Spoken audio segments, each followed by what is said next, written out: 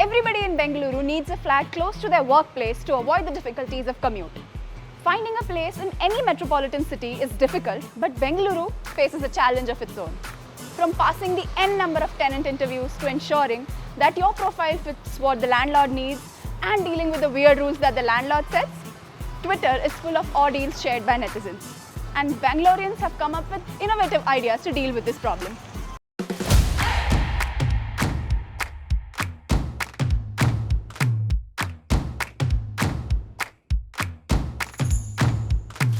The influx of students who are entering the market after 2 years of COVID are now looking for affordable houses. Bengaluru is home to some of the top colleges and universities in the country, and more students are coming to Bengaluru to pursue education. With the economy opening up again, more students are entering the job market, driving up demand for rental houses in the city. The COVID-19 pandemic forced a lot of companies to choose a work-from-home model, which decreased the demand for rental properties. However, with the gradual resumption of on-the-job work, professionals are moving back to the city, driving up the demand for rental houses. The European Intelligence Unit in its Global Livability Index 2022 ranked Bengaluru as the least livable city in India. This ranking is based on several factors which also includes infrastructure, which takes into account access to quality housing. If you've come across posters of organs for sale in Bengaluru, don't be surprised. According to real estate consultancy firm Anarok, house rents in India's major cities would continue to grow in 2023 as a result of rising demand. As per Anarok's data, Whitefield in Bengaluru saw an increase in average rent of almost 18%, from 19,000 per month in 2019 to 22,500 per month in 2022. The average monthly rental price for a luxury residence in Rajaji Nagar, Bengaluru increased by 16% between 2019 and 2022. High deposits only contribute to the challenge. Landlords charging exorbitant amount of deposits leaves tenants running around the city looking for rental houses, sometimes even willing to sell their kidney.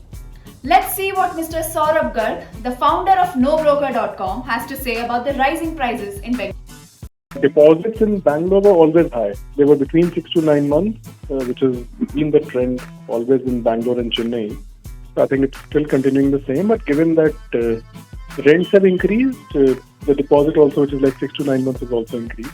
So a lot of places saw that supply is not there, but demand is there, and that's why landlords were able to command higher prices, because there were 3 or 4 tenants who were looking at renting the house at the same time. Rent increases in a city like Bangalore on a year 5 to 6%. On an average, the rents increase by 15-16% in Bangalore. But societies which are closer to workplaces, we saw jumps between 25 to 40%. To understand the depth of the challenge, we bring to you real-life perspectives of the same. A very high security deposit and a very high rent in the area.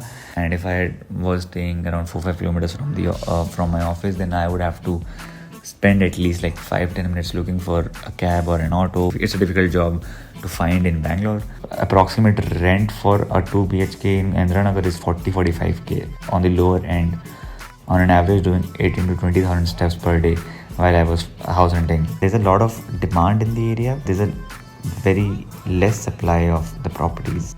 A lot of influx of population from other states, so they make use of that, really milk that situation and try to charge higher rent. If you also felt the need to sell your kidney or heart or liver just to survive in Bengaluru, do like the video. I'm Deepthi Rao and you're watching SoSouth, bringing South perspectives to India stories.